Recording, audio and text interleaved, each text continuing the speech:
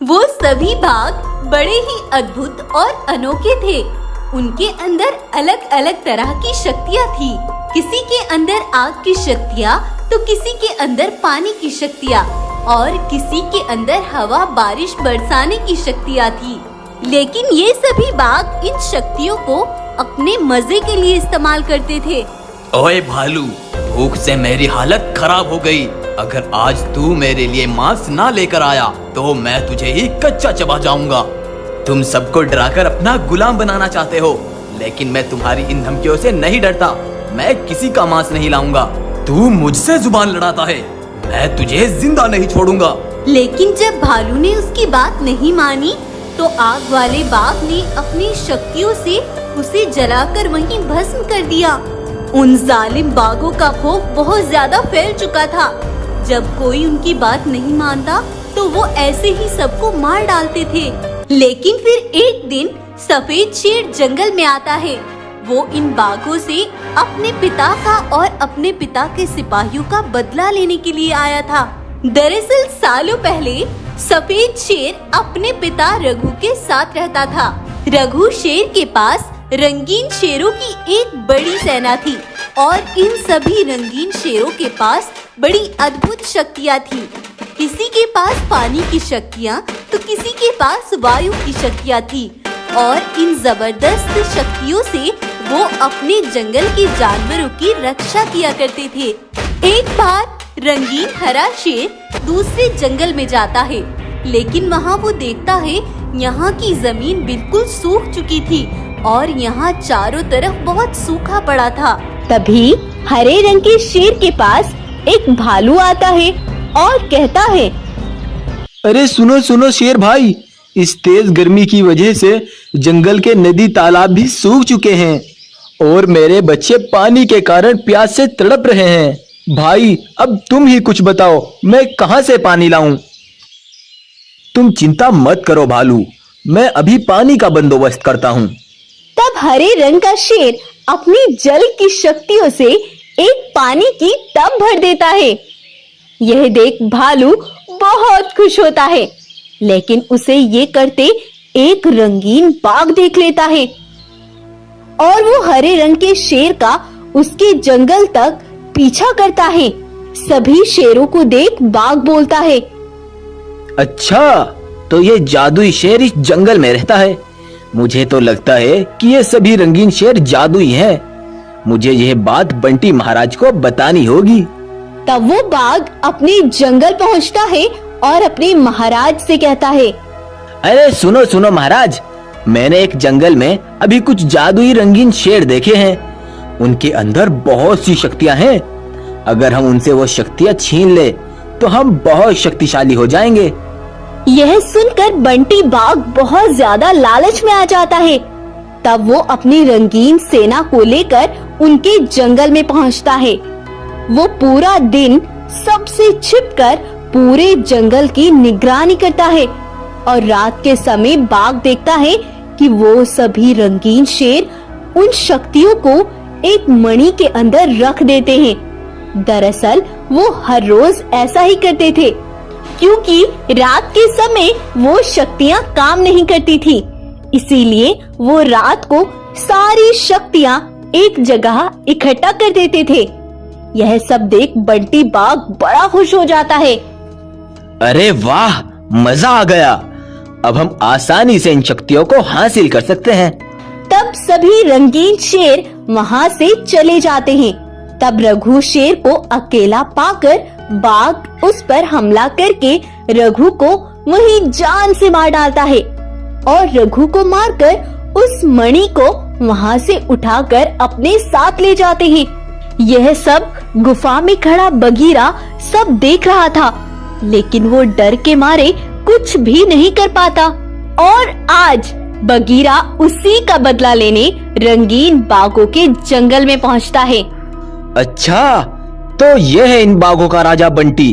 आज रात मैं इनसे अपनी ये शक्तियाँ छीन कर रहूंगा। तब बगीरा उस जंगल में रहने वाले सभी जानवरों से एक खुफिया जगह पर मिलता है और कहता है, सुनो भाइयों, मैं जानता हूँ कि उन रंगीन बाघों से तुम बहुत परेशान हो, लेकिन मैं तुम्हें उनसे मुक्ति दिला सकता हूँ। आज रात बस तुम्हें उन सभी रंगीन बाघों को अपने घर दावत पर बुलाना होगा। तब एक गाय बंटी बाघ के पास जाती है और कहती है, अरे सुनो सुनो बंटी बाघ, आज रात आप सभी रंगीन बाघों की दावत हमारे घर पर है। हमने तुम्हारी दावत के लिए ताजे ताजे मांस का बंदोबस्त किया है, आ जाना सब। ये हुई ना बात गाय, अगर तुम रोज ऐसे ही दावत का इंतजाम करोगे तो हम तुम्हें कोई नुकसान नहीं पहुंचाएंगे। तब सभी रंगीन बाघ रात होने पर उन शक्तियों को मणि के अंदर इकट्ठा करके जानवरों के पास दावत पर पहुंचते हैं और मजे से दावत का आनंद लेते हैं। उधर बगीरा जाकर उस मणि को हासिल कर लेता है और सुबह होने पर उन शक्तियों से सभी बाघों को एक पिंजरे में हमेशा हमेशा के लिए बंद कर देता है। सभी जानवर भी उनसे छुटकारा पाकर बहुत खुश होते हैं और उसके बाद से बगीरा और सभी जानवर हंसी खुशी जंगल में रहने लगते हैं। अमावस्या की इस काली घनी रात में हुआ एक ऐसे बच्चे का जन्म जो सबके लिए एक मिसाल बनने वाला था। सनसन चलती हवाएं और बिजली की गर्ज इस बात की गवाही दे रही थी कि ये कोई साधारण बच्चा नहीं, पृथ्वी पर जन्मा वो असल प्राणी है जो बनेगा हक की आवाज। भगवान जी ने किसी खास मकसद के लिए दुनिया में भेजता है, उनकी पहचान ही अलग होती है रघु। और देखो तो इसकी टांग पर 2 बड़े गहरे निशान हैं। लगता है इसके जीवन का कोई बड़ा उद्देश्य है। छवि और रघु ने उसका नाम शार्दुल रखा। सब सही चल रहा था, लेकिन अक्सर एक सपना शार्दुल को झंझोड़ कर रख देता था। तेज घोड़े की रफ्तार से कुचलते जानवर और पूरे जंगल की जमीन खून से लथपथ और बस एक ही आवाज, ये बदला लौट कर आएगा। वो तुम्हें चैन से जीने नहीं देगा। जालिमो, वो तुम सबको अकेला ही काफी होगा। वो जरूर आएगा। जब ये आवाजें शार्दुल के कानों में गूंजती तो वो उठ बैठता और बहुत सोच में पड़ जाता। समय ने उड़ान भरी और शार्दुल जवान हो गया। एक बार वो नील नदी के पुल को पार कर रहा था तो एक भैंस ने उसे देख लिया। ये मैं क्या देख रही हूँ? उस काली चरण को अगर पता चला कि ये आज भी जिंदा है तो एक बार फिर वो सब खत्म कर देगा। लेकिन इस बार मुझे अपने पापों को धुलवाने के लिए एक कदम उठाना ही होगा। तब अगले दिन वही भैंस शार्दुल के घर पहुंच गई जब उसके माता पिता वहां नहीं थे। लाहौरपुर की वो जमीन आज भी चीख चीख कर कह रही है, वीर स्कार कहाँ है? हमारे जवानों को बेवजह मौत की घाट उतारने वालों से बदला लेने वाला बहादुर वीर स्कार कब जागेगा? ये तुम कैसी बातें कर रही हो? ये सब मेरे सर के ऊपर से जा रही है, मुझे कुछ समझ नहीं आ रहा। तब वो भैंस उसे एक जगह पर ले जाती है। और से देखो इस मैदान को, क्या कहता है ये? पत्थरों पर लगा खून चीख चीख कर तुमसे कुछ कहता है। आज से 20 साल पहले वीर स्कार एक बहादुर फाइटर साबित हुआ। बाहरी देशों से बहुत से बड़े बड़े योद्धा वीर स्कार से लड़ने आते, लेकिन अखाड़े में जीत बस एक की ही होती थी और वो था वीर स्कार। हर बार जीत की वजह से वीर स्कार को बहुत से सोने के सिक्के और ट्रॉफी भी दी जाती थी। हर तरफ इसी नाम की गूंज जब राठौर सुनता है तो वो बहुत गुस्सा होता है और बड़बड़ाते हुए अपने पिता कालीचरण के पास जाता है। मैंने सालों मेहनत की अखाड़े के बीच उतरकर लड़ने और जीतने की, लेकिन इस वीर स्कार की वजह से मुझे मौका ही नहीं मिला, तो मैं जीत कैसे जाऊंगा? वो हर दिन सोने की खान बढ़ता जा रहा है और बस मैं उसका मुंह खड़ा ताक रहा हूँ। अगर मैं उसे रास्ते से हटा दूं, तो फिर बोलो मैदान में जीत की गूंज उठा सकते हो तुम? हाँ, मैं वादा करता हूँ हर मुकाबले में जीत मेरी ही होगी और हम माला माल हो जाएंगे। तो फिर ठीक है, उस वीर स्कार की बर्बादी तुम मुझ पर छोड़ दो और बस अपनी तैयारी करो। उधर वीर स्कार के माता पिता के पास 2 सिपाही आते हैं। तुम्हारे बेटे की बहादुरी के किस्से बहुत दूर दूर तक फैले हुए हैं। हमारे राजा चाहते हैं कि उनके सिपाही तुम्हारे बेटे से मुकाबला करें और 2 दिन बाद हम इन्हें खुद यहाँ छोड़कर चले जाएंगे।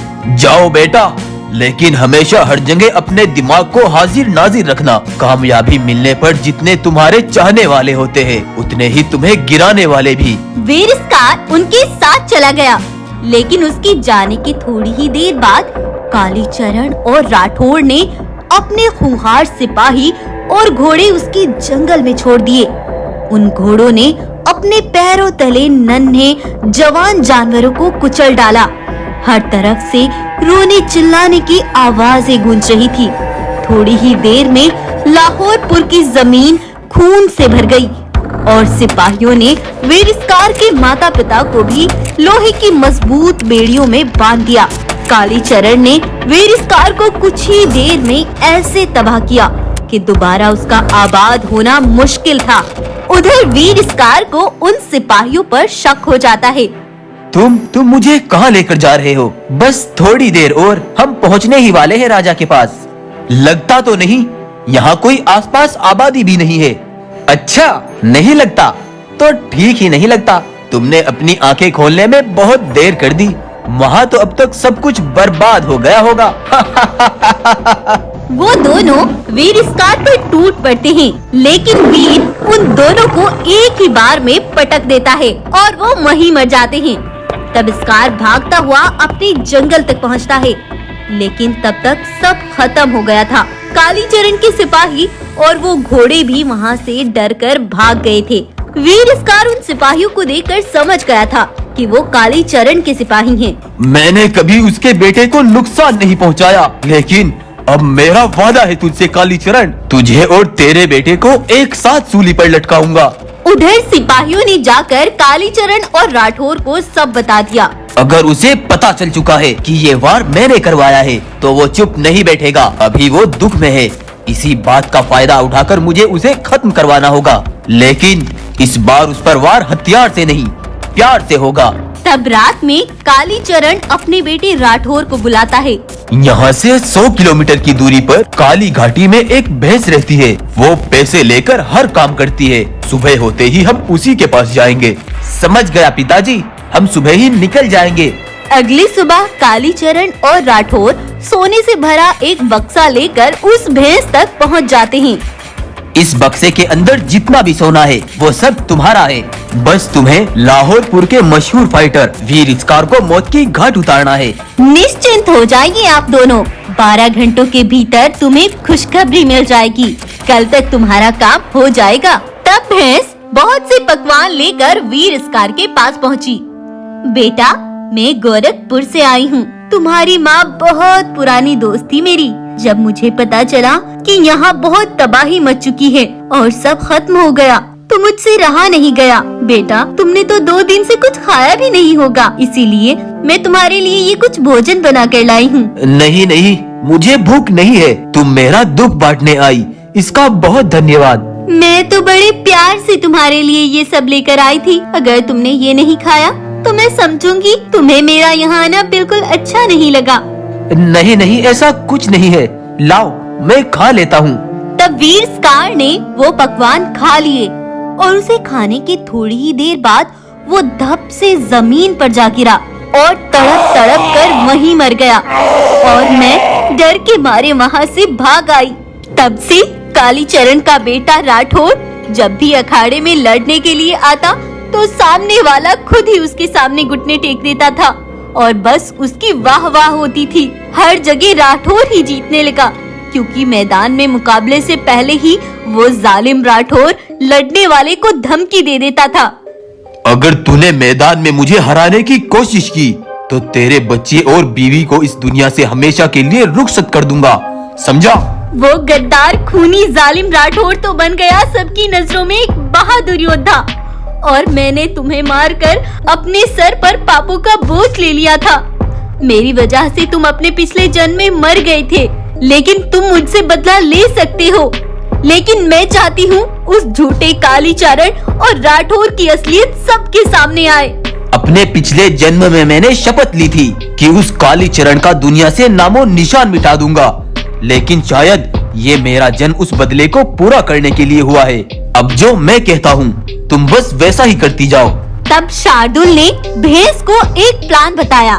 प्लान के हिसाब से भैंस रात में 2 सिपाहियों को लेकर कालीचरण की गुफा से थोड़े आगे छिपकर खड़ी हो गई। राठौर जब रात में वहां से गुजर रहा था तो सिपाहियों ने बड़े झटके से ठाकुर पर वार करके उसे बेहोश कर दिया और भैंस उसे अपनी पीठ पर डालकर काली घाटी वाले घर में ले आई। इसे होश नहीं आना चाहिए जब तक मैं ना कहूँ। अब इस राठौर के जैसे दिखने वाली खाल को पहनकर मैं लड़ूंगा। कालीचरण को गुमान भी नहीं होगा कि अब मैं क्या करने वाला हूँ। तब अगले दिन ठाकुर का एक खतरनाक सैनिक से मुकाबला होता है, लेकिन ठाकुर ये मुकाबला हार जाता है। ऐसे ही ठाकुर जैसी दिखने वाली खाल में शार्दुल हर मुकाबला हार रहा था और कालीचरण अब इस बात से बहुत गुस्सा हो चुका था। पिछले 4 दिन से ये ठाकुर हर मुकाबला हार रहा है। अब मुझे इसकी खबर लेनी ही पड़ेगी। जब कालीचरण ऐसे बोलता जा रहा था तभी उसे झाड़ियों से कुछ आवाजें सुनाई पड़ी। तब वो चुपके से वहाँ गया। देखो भाई, कल सबसे बड़ा मुकाबला होगा। इस मुकाबले को जीतने पर बहुत बड़ी सोने की ट्रॉफी मिलने वाली है, लेकिन यह मुकाबला मैं जानबूझकर हार जाऊंगा क्योंकि आज तक मैंने जो भी जीता उसमें से मेरे पिताजी ने मुझे कोई हिस्सा नहीं दिया। कल होने वाला मुकाबला तुम जीतोगे, लेकिन बाद में उस ट्रॉफी को हम आधा आधा बांट लेंगे।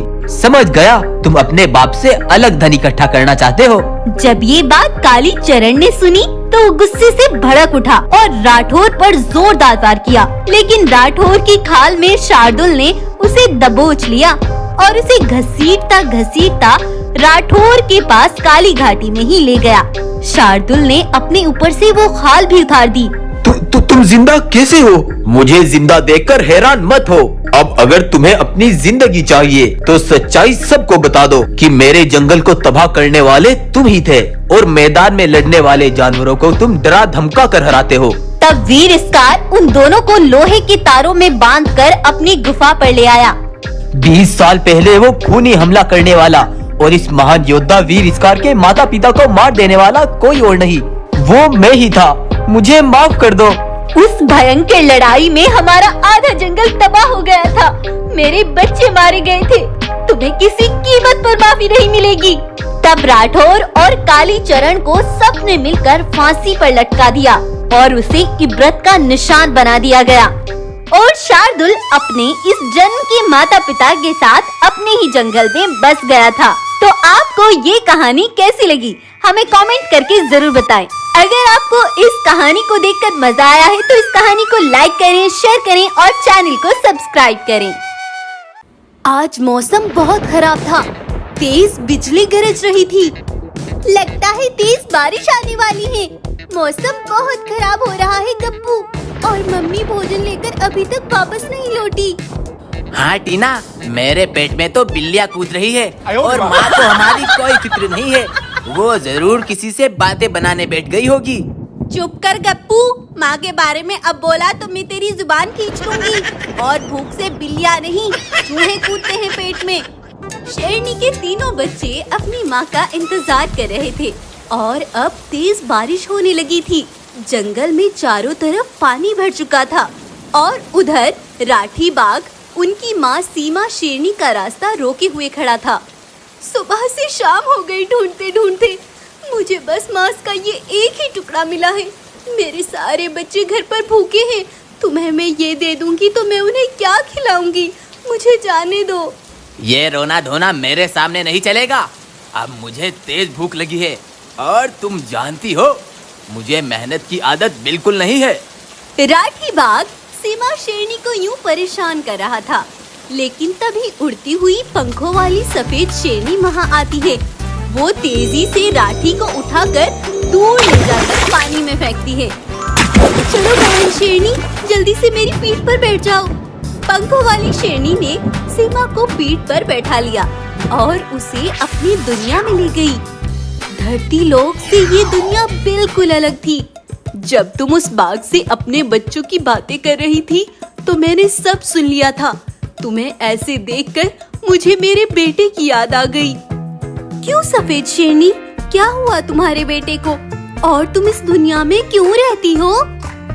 मैं बताती हूँ, मैं तुम्हें सब बताती हूँ। सालों पहले मेरे पूर्वजों ने मुझे जादुई शक्तियाँ दी थी और सदियों से मैं इस आकाश लोक पर अपने बेटे के साथ रहती थी और धरती पर रहने वाले प्राणियों की रक्षा करती थी।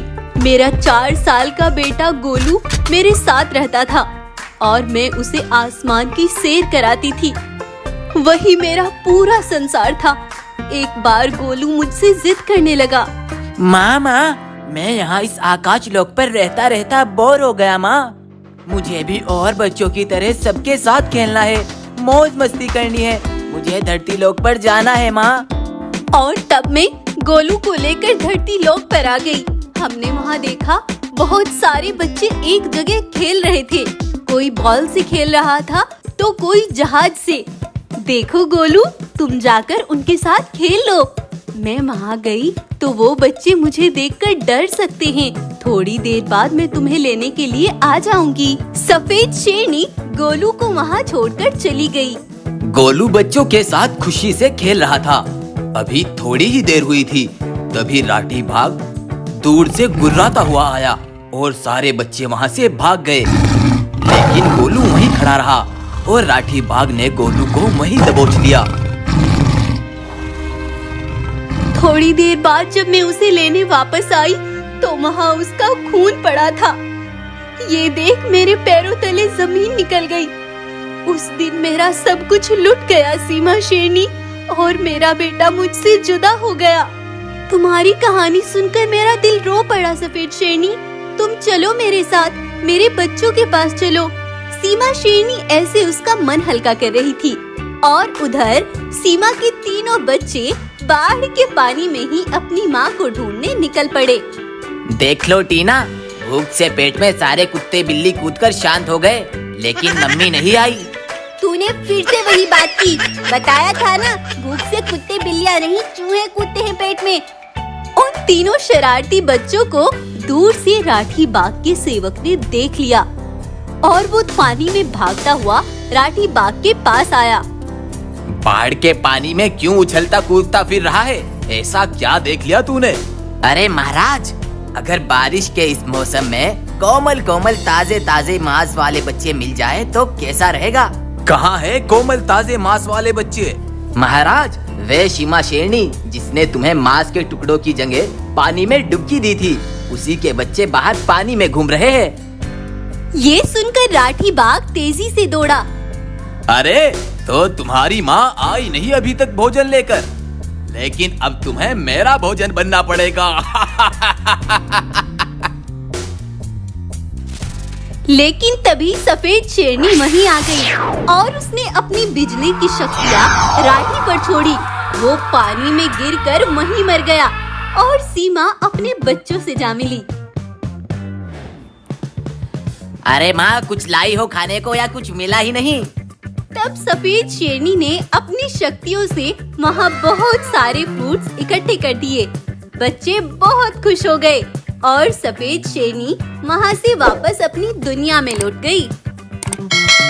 तो वीडियो पसंद आई है तो वीडियो को लाइक करें और चैनल को सब्सक्राइब करें। आकाश से उड़ती हुई गर्भवती बाघिन आज अपने घर की तरफ वापस लौटती है। सफेद बाघिन जैसे ही घर आई, उसे तेज प्रसव पीड़ा शुरू हो गई और उसने 4 जादुई रंगीन बच्चों को जन्म दिया। वो बच्चे बड़े ही सुंदर और अनोखे थे। पैदा होते ही वो बच्चे शरारत करने लगे। मेरे प्यारे नन्हे मुन्ने बच्चे, आज तक जैसे मैं मासूम बेकसूर प्राणियों का साथ देती आई हूँ, बड़े होकर तुम्हें भी गरीबों और बेगुनाहों का साथी बनना है मेरे बच्चों। इधर बाघिन अपने बच्चों के साथ ऐसे लाड लड़ा रही थी और उधर एक अजीब सी दुनिया में कालिया शेर मिट्टी के बने एक पुतले के पास रहता था। सदियों से कालिया मिट्टी के इस पुतले की पूजा करता था। सदियों से सुबह शाम मैं अपने देवता की पूजा करता आया हूँ और मुझे पूरा यकीन है आने वाले समय में मेरे यही देवता मुझे ऐसी ताकत देंगे कि मैं सर्वलोक पर अपना राज करूंगा और सब मेरे गुलाम होंगे। लेकिन इसके लिए मुझे उस जादुई छड़ तक पहुंचना होगा। दरअसल गहरे समुद्र के बीचों बीच एक बहुत बड़ा और खूबसूरत टीला बना हुआ था, जिसके ऊपर महाशक्तिशाली एक जादुई छड़ रखी थी जिसकी ताकत से कालिया के देवता में जान आ सकती थी, लेकिन इस छड़ तक पहुंचने का कोई भी रास्ता नहीं था। अब उस छड़ को तलाश करने का वक्त आ गया है। उस तक पहुंचने के लिए मुझे कोई ना कोई रास्ता तलाश करना होगा। ये सोचकर कालिया एक जंगल में आता है। दूर से वो देखता है बागिन के वही जादुई रंगीन बच्चे मस्ती से खेल रहे थे। कोई अपने मुंह से जादुई पानी के फव्वारे निकाल रहा था, तो कोई अपनी जादुई ताकत से ताजे फल इकट्ठे कर रहा था। वो सब बड़ी ही मस्ती से खेल रहे थे और सब मिलकर ताजे फल खा रहे थे। तभी वहाँ उनकी माँ सफेद बागिन आती है। अरे बच्चों, हो गई तुम्हारी मौज मस्ती। चलो अब जल्दी से गुफा पर चलो, क्योंकि अभी के अभी मुझे एक ड्रैगन की मदद करने तुरंत जाना पड़ेगा। जब तक मैं वापस नहीं आऊंगी तब तक तुम्हें अंदर घर में ही रहना होगा। बागिन अपने बच्चों को अपने घर ले गई और कालिया भी उनका पीछा करने लगा। बागिन वहाँ से अपने पंख फैलाकर उड़ गई और थोड़ी देर बाद कालिया उन बच्चों के पास आया। बच्चों, तुम्हें अभी के अभी यहाँ से मेरे साथ चलना होगा, क्योंकि तुम्हारी माँ को जिस ड्रैगन ने मदद के लिए बुलाया था वह बहुत बड़ा धोखेबाज निकला। उसने तुम्हारी माँ बागिन को पकड़कर कैद कर लिया है। नहीं नहीं, हम किसी के साथ नहीं जाएंगे। माँ ने कहा था मेरे आने तक कहीं बाहर नहीं निकलना। हम तुम्हारे साथ नहीं जाएंगे। मैं जानता हूँ बच्चों, अभी तुम्हारा मुझ पर भरोसा करना मुश्किल है, लेकिन तुम्हारी माँ सफेद बागिन ने कहा है अगर तुम अभी के अभी यहाँ से ना निकले तो वे राक्षस ड्रैगन तुम्हें भी उठाकर ले जाएगा। मासूम रंगीन बच्चे कालिया शेर की बातों में आ गए और वो उन्हें वहाँ से अपनी दुनिया में ले गया। कालिया ने उन बच्चों को ऊंचे ऊंचे पिंजरों में कैद कर दिया। उधर सफेद बागिन अपने घर जब वापस आई तो उसका एक भी बच्चा वहाँ नहीं था। ये देख सफेद बागिन बहुत घबरा गई। तभी कालिया शेर वहाँ भागता हुआ आया। अपने बच्चों को ढूंढ रही हो ना, लेकिन वे अब तुम्हें एक ही शर्त पर मिलेंगे, जब तुम अपने ये पंख मुझे सौंप दोगी। इन पंखों की मदद से ही मैं उड़कर समुद्र पर रखी उस छड़ तक पहुंचूंगा और फिर उस छड़ से मेरे देवता जीवित हो जाएंगे। लेकिन अगर तूने ऐसा ना किया तो मैं तेरे एक एक बच्चे को उठाकर लावा में फेंक दूंगा। नहीं नहीं, तुम ऐसा कुछ नहीं करोगे। मैं अपने पंख तुम्हें सौंपने को तैयार हूँ। सफेद बागिन ने अपने जादुई पंख कालिया को दे दिए और कालिया उन पंखों से उड़ता हुआ समुद्र के बीचों बीच बने उस टीले तक जा पहुँचा और उस छड़ को वहाँ से उठा लिया और उसे उठाकर अपनी दुनिया में ले आया। कालिया ने जैसे ही उस छड़ को अपने देवता के ऊपर रखा तो उसमें जान आ गई और वो जीवित हो उठा। आज कालिया की खुशी का ठिकाना न था, लेकिन उधर सफेद बागिन तेजी से भागती हुई अपने दोस्त 7 रूपों वाले हल्क के पास पहुंची और उसने उसे सब बताया। उस देवता की ताकत का सामना हम दोनों अकेले अकेले नहीं कर सकते, इसीलिए हम दोनों को एक होकर उसका मुकाबला करना होगा।